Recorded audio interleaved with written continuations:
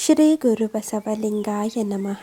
ಇಂದಿನ ಬಸವಣ್ಣನವರ ವಚನ ಹೀಗಿದೆ: ದುರ್ವ್ಯಸನಿ ದುರಾಚಾರಿ ಎಂದೆನಿಸದಿರಯ್ಯ ಎನ್ನ ಲಿಂಗವ್ಯಸನಿ ಜಂಗಮ ಪ್ರೇಮಿ ಎಂದೆನಿಸಯ್ಯ.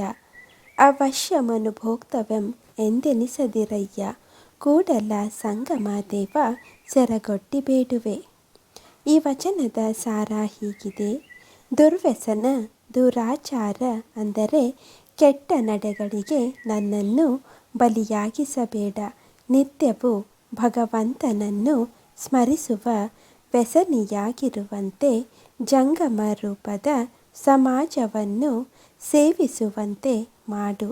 ಮಾಡಿದ ಕರ್ಮವನ್ನು ಅನುಭವಿಸು ಎಂಬ ಕರ್ಮದ ಬಂಧನಕ್ಕೆ ಸಿಲುಕಿಸದೆ ನನ್ನನ್ನು ರಕ್ಷಿಸು ಎಂದು ಬಸವಣ್ಣನವರು ಭಗವಂತನಲ್ಲಿ ಪ್ರಾರ್ಥಿಸಿದ್ದಾರೆ. ಇಂದಿನ ಮಾತು: ಅನ್ಯರ ಅಪಸ್ವರಕ್ಕೆ ಆತ್ಮವಿಶ್ವಾಸ ಕಳೆದುಕೊಳ್ಳದೆ, ವಿಚಲಿತರಾಗದೆ ಸಾಧನಾ ಪಥದಲ್ಲಿ ಹೆಜ್ಜೆ ಹಾಕುವವರು ವಿಜಯಿಗಳಾಗುತ್ತಾರೆ. ಬೇರೆಯವರಿಂದ ದೊರೆಯುವ ಸಂತೋಷಕ್ಕೆ ಸಮಯದ ಮಿತಿಯಿದೆ. ನಮ್ಮ ಸಂತೋಷವನ್ನು ನಾವೇ ಹುಡುಕಿಕೊಂಡು ಅದು ನಿರಂತರವಾಗಿರುವಂತೆ ನೋಡಿಕೊಳ್ಳೋಣ. ಶರಣು ಶರಣಾರ್ಥಿಗಳು.